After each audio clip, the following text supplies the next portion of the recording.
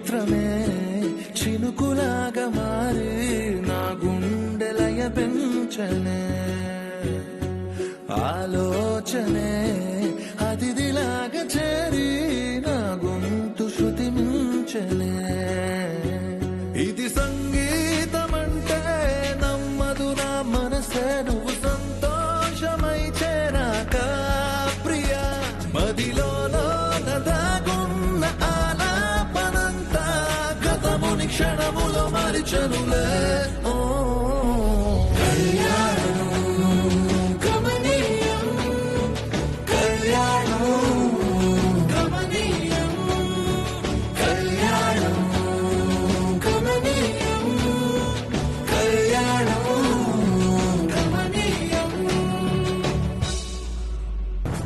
Hi madam, good morning. వచ్చావా? చెప్పు, ఏం డిసైడ్ చేసావ్? మీరు చెప్పినట్టే ఈ ఈవెంట్ ని దగ్గరుండి జరిపించాలని డిసైడ్ అయ్యాను. అది కరెక్ట్. అలా ఉంటేనే నీకు ఈ కాంట్రాక్ట్ ఇస్తాను. కానీ మేడం, ఈ ఈవెంట్ లో నేను ఉండట్లేదు. వాట్?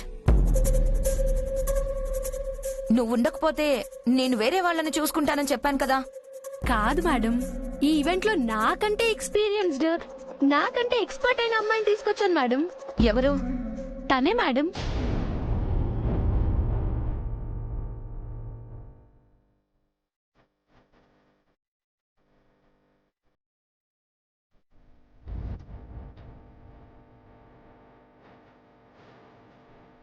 తనా? అవును మేడం, ఈవెంట్స్ చేయడంలో 5 years ఎక్స్పీరియన్స్ కూడా ఉంది తనకి. ఆ అమ్మాయిని చూస్తుంటే నిండా 18 ఏళ్లు లేనట్టుంది. తనకు 5 సంవత్సరాల ఎక్స్పీరియన్స్ అంటే నీ కంటికి ఎలా కనిపిస్తున్నాను? ఎలాగైనా ఈ ఈవెంట్ నీకే దక్కాలని దారిన పోయే వాళ్ళని తీసుకొచ్చి ఈవెంట్ జరిపిద్దాం అనుకుంటున్నావా? మేడం, నేను చిన్నపిల్లలా కనపడతాను కానీ నాకు నిజంగా ఈవెంట్స్ చేయడంలో ఎక్స్పీరియన్స్ ఉంది మేడం. అలాగా? ఎక్కడ చేసావు? వైజాగ్ లో మా నాన్నగారిది పెద్ద ఈవెంట్ ఆర్గనైజింగ్ కంపెనీ ఉంది మేడం. దాంట్లో చిన్నప్పటి నుంచి చదువుతూనే వర్క్ చేసేదాన్ని. నాకు చాలా క్రియేటివ్ స్కిల్స్ ఉన్నాయి మేడం. నేను ఈవెంట్ చేస్తే మామూలుగా ఉండదు, సూపర్ సక్సెస్. అందరూ సర్ప్రైజ్ తో ఆశ్చర్యపోతారు. నేను ఏర్పాటు చేసే ఆతిథ్యంతో ఆనందపడిపోతారు.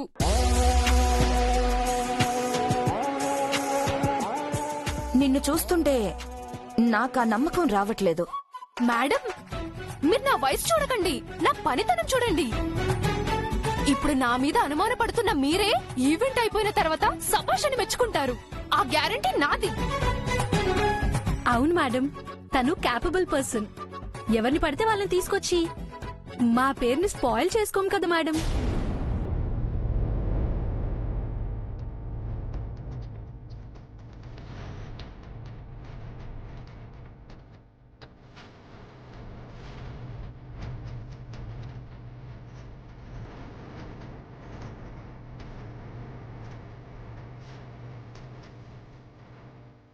సరే, కానీ ఏమైనా తేడా వస్తే మిమ్మల్ని ఇద్దరిని ఊరికే వదలను. మేడం, తేడా అన్న మాటే రాదు, అన్నీ నేను చూసుకుంటాను. సరే, ఏమైనా అయితే మీ సంగతి నేను చూస్తాను. మీరు చెప్పిన మెటీరియల్ మొత్తం తెప్పించాను, పైనుంది, వెళ్ళి చెక్ చేసుకోండి. అలాగే మేడం. రామహి.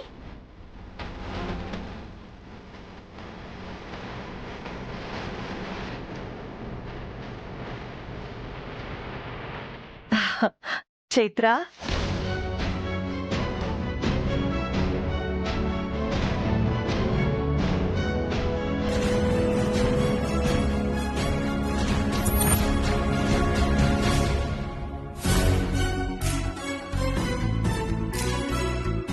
రా చైత్ర, రేపే ఎంగేజ్మెంట్. ఇంట్లో ఎన్ని పనులు ఉండిపోయాయో. నాకేమో ఏ పనులు చెయ్యాలో కాళ్ళు చేతులు ఆడడం లేదు. మొన్న శివరాత్రి పూజకి దగ్గరుండి అన్నీ చేసినట్టే 2 రోజులు నువ్వు ఇక్కడే ఉండి ఈ పనులన్నీ చేసి పెట్టవా చైత్ర? అలాగే మేడం. సరే పద. ముందేం చేద్దామంటే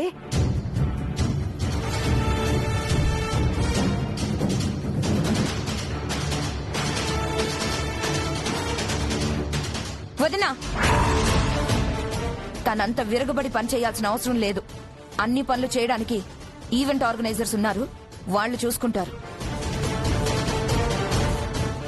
కాదు హంస, ఈవెంట్ వాళ్ళంటే అరేంజ్మెంట్స్ అవే కదా.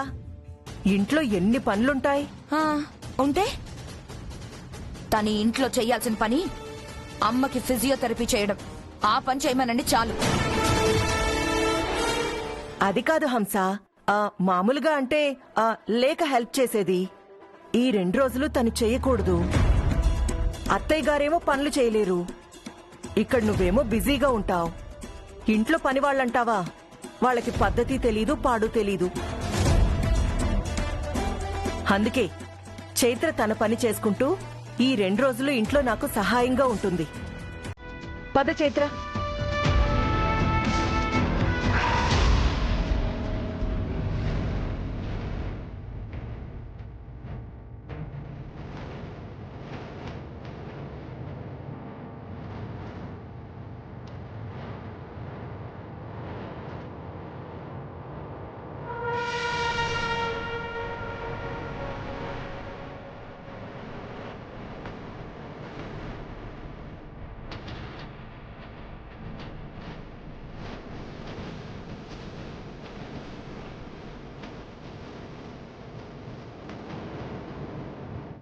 అన్నీ కరెక్ట్ గా ఉన్నాయి మేడం.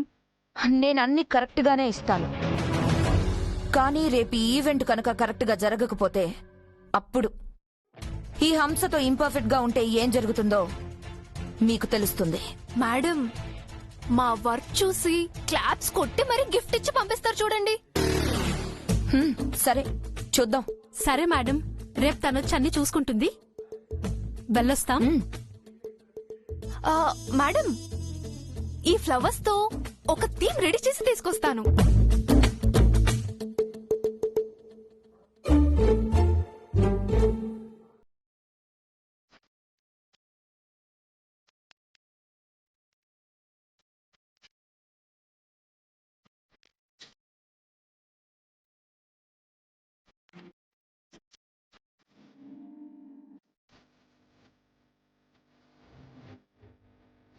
ఏంటత్తయ్య, ఎవరి కోసం చేస్తున్నావు?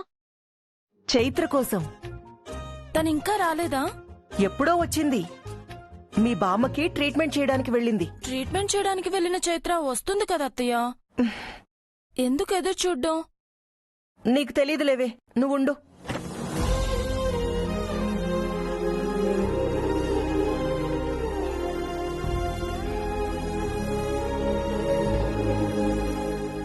రామ్మ చైత్ర, అత్తయ్యకి ట్రీట్మెంట్ అయిందా? అయింది మేడం. సరే చైత్ర, నిన్న నువ్వు నాకో మాట చెప్పావు. ఆనంద్తో మాట్లాడతానన్నావు కదా. అవును మేడం, కానీ నిన్న కుదరలేదు. ఆనంద్ గారు బిజీగా ఉన్నారు. అయితే ఈ రోజు చాలా ఫ్రీగా ఉన్నాడు. దేని గురించి అత్తయ్య? మీ పెద్ద బావ పెళ్లి విషయం గురించి. అంటే మేడం, నాకు కొంచెం ఇబ్బందిగా ఉంది. అయ్యో, అదేంటి చైత్ర, నిన్న అడుగుతానని చెప్పావు కదా. చైత్ర, ఇంట్లో అందరం ఆనంద్ బావని పెళ్లి గురించి అడిగాం, కానీ క్లారిటీగా ఎవరికీ చెప్పట్లేదు. నువ్వన్నా ట్రై చేయి, ఏం చెప్తాడో చూద్దాం. అడుగమ్మా, నా కోసం ఒక్కసారి అడుగు, వాడేం చెప్తాడో చూద్దాం. ప్లీజ్ చైత్ర, అర్థం చేసుకో, నా కోసం ప్లీజ్. సరే అండి.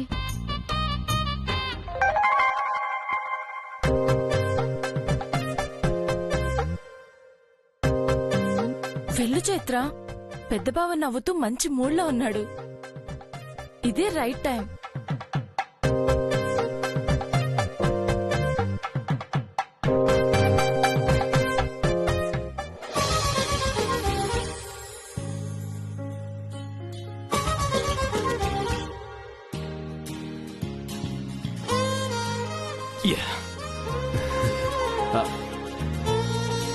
హాయ్ చైత్ర గారు. అయింది. బామ్మకి ట్రీట్మెంట్ అయిపోయిందా? అయిపోయింది సార్. రండి కూర్చోండి. పర్వాలేదు.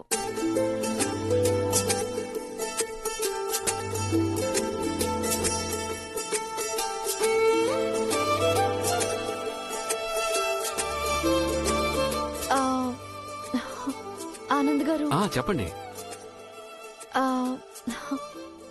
మీరు చాలా మంచివారండి. ఎంత మంచివారంటే మీ వాళ్ళ ఆనందం కోసం, మిమ్మల్ని నమ్ముకున్న వాళ్ళ శ్రేయస్సు కోసం మీ ఆనందాన్ని కూడా వదులుకుంటారు.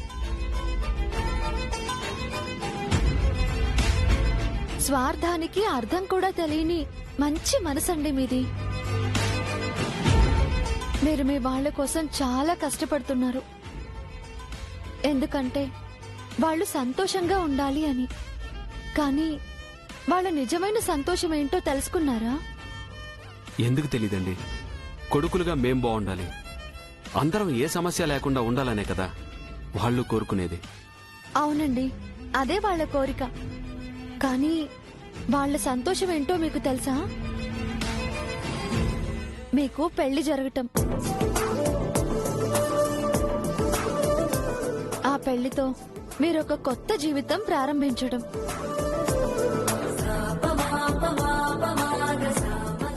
ఇది వాళ్ళ సంతోషం. మీరు మీ వాళ్ళు నిజంగా మనస్ఫూర్తిగా సంతోషంగా ఉండాలి అనుకుంటే త్వరగా మీ పెళ్లి విషయంలో ఒక డెసిషన్ తీసుకోండి. మీరు తీసుకునే నిర్ణయం వల్ల మీరు కోట్లు సంపాదించినా, ఎన్ని సౌకర్యాలు కల్పించినా రాని సంతోషం మీ పేరెంట్స్ లో వస్తుంది. మీరు మీ వాళ్ళ కోసం ఎంత బాధ్యతగా అయితే అన్ని పనులు చేయాలి అని చూస్తున్నారో, అలానే మీ విషయంలో మీ వాళ్ళు బాధ్యతగా చేయవలసిన పనులు చేసేస్తే వాళ్ళకి ఆత్మసంతృప్తి కలుగుతుంది కదండి. సారీ అండి, పెళ్ళనేది మీ పర్సనల్. నేనిలా అడిగినందుకు మీరు మరోలా అనుకోవద్దు. కానీ పెళ్లి విషయంలో మీరు డెసిషన్ ఎందుకు తీసుకోలేదు అది మాత్రం చెప్పండి. చైత్ర గారు, ఇప్పటి వరకు అందరూ పెళ్ళెప్పుడు చేసుకుంటామని అడిగేవాళ్లే కానీ ఎందుకు పెళ్లి విషయంలో డెసిషన్ తీసుకోవట్లేదని అడగలేదు. మీరడిగారు. సో సారీ అండి, ఇలా నేను అడగకూడదు. మీకు కారణాలు చెప్పడానికి ఇబ్బందిగా ఉంటుంది. అదేం లేదండి. అంటే పెళ్లి తరువాత జీవితం అంతా నా టైం స్పెండింగ్ మీద, తర్వాత వచ్చే అమ్మాయికి నేనిచ్చే ప్రయారిటీ మీద మా లైఫ్ ఆధారపడి ఉంటుంది. అవును, మిమ్మల్ని అర్థం చేసుకునే అమ్మాయి వస్తే అవన్నీ అసలు ప్రాబ్లమే కాదండి. ఇప్పుడు పెళ్ళనేది మీ చాయిస్. మంచి అమ్మాయిని చూసి మాట్లాడి మీకు ఓకే అనిపిస్తే చేసుకోవచ్చు కదా. కరెక్టే, కానీ ఇంకా కానీ ఏంటి ఆనంద్ గారు? అంటే నాకు కొంచెం ఆలోచించుకోవడానికి టైం కావాలి. అదే, ఎంతకాలం ఆనంద్ గారు? లేదండి, ఆలోచిస్తాను, ఒక డెసిషన్ తీసుకుని చెప్తాను. బట్ వన్ కండిషన్, మీలాంటి లైఫ్ పార్ట్నర్ వస్తే ఇమీడియట్ గా ఓకే చేస్తాను. మీరెంత త్వరగా మీ నిర్ణయాన్ని చెప్తే మీ పేరెంట్స్ అంత హ్యాపీగా ఫీల్ అవుతారండి. అలాగేనండి.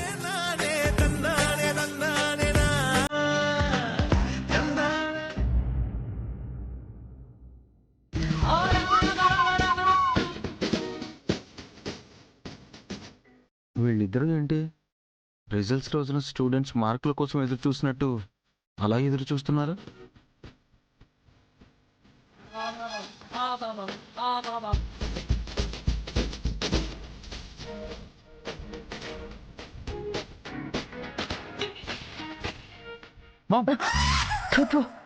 అబ్బా, నువ్వు కాసేపు ఉండరా. ఏమైంది మామ్? ఎందుకు అంత టెన్షన్గా ఎదురు చూస్తున్నారు? ప్లీజ్ రా, కాసేపు కామ్గా ఉండు. What's happening ma'am? హే మర్దల్స్, ఏం జరుగుతుంది? ఆనంద్ బావ పెళ్లి విషయం గురించి డిస్కషన్ జరుగుతుంది.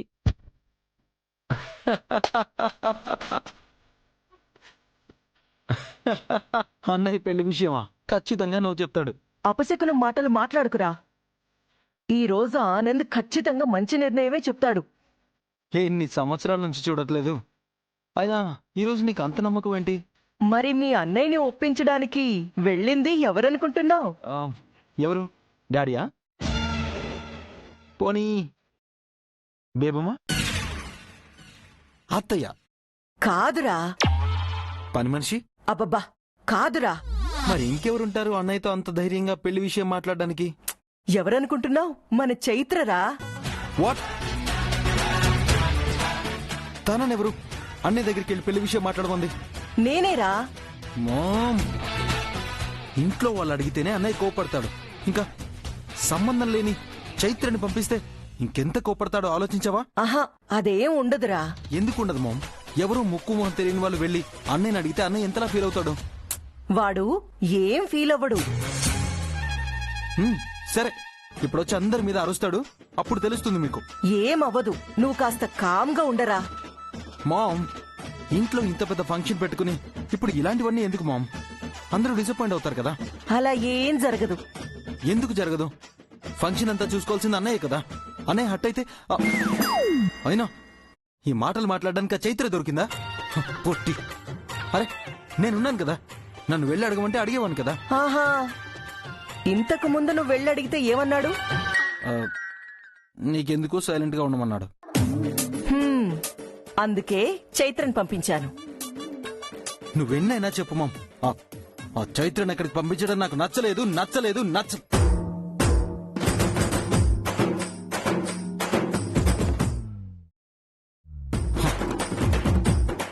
నచ్చలేదు. అమ్మా చైత్ర, ఆ ఆనంద్ ఏమన్నాడు?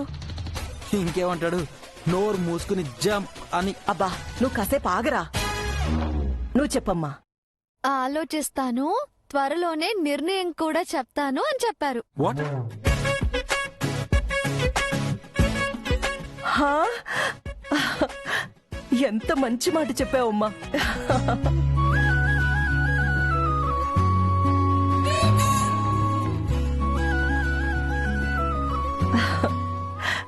నాకు తెలుసమ్మా, నువ్వు అడిగితే వాడు ఖచ్చితంగా నిర్ణయం మార్చుకుంటాడని. నేను అనుకున్నట్టే అయ్యింది. చాలా థ్యాంక్ యూ. అయ్యో, నాదేముంది మేడం, నేను జస్ట్ అడిగానంతే. మేమెవ్వరం చేయలేని పని చేశావు కదా. నీకెలా కృతజ్ఞతలు చెప్పాలో నాకు అర్థం కావడం లేదు.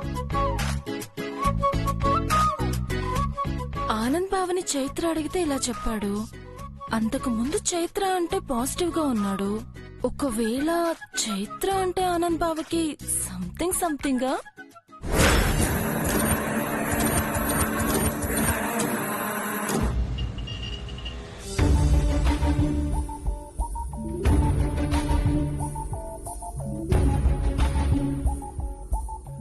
ఊరెళ్ళిన సీతారత్నం ఇంతవరకు తన కూతుళ్ళని కలిసిన కబురు చెప్పలేదేంటి?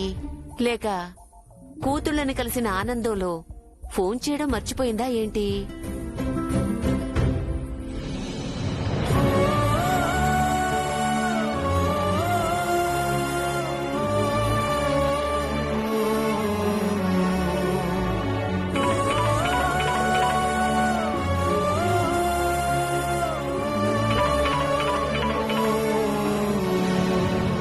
సీతారత్నం, వైజాగ్ వెళ్లి నీ కూతుళ్ళని కలిసిన తర్వాత నన్ను అమ్మఒడిని మర్చిపోయావా?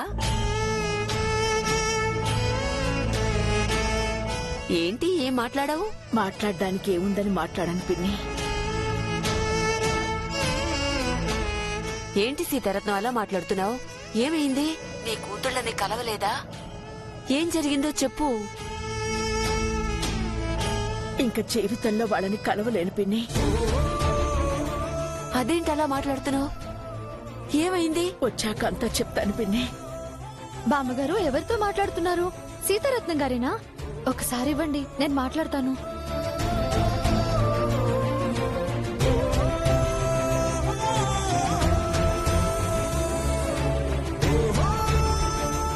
హలో.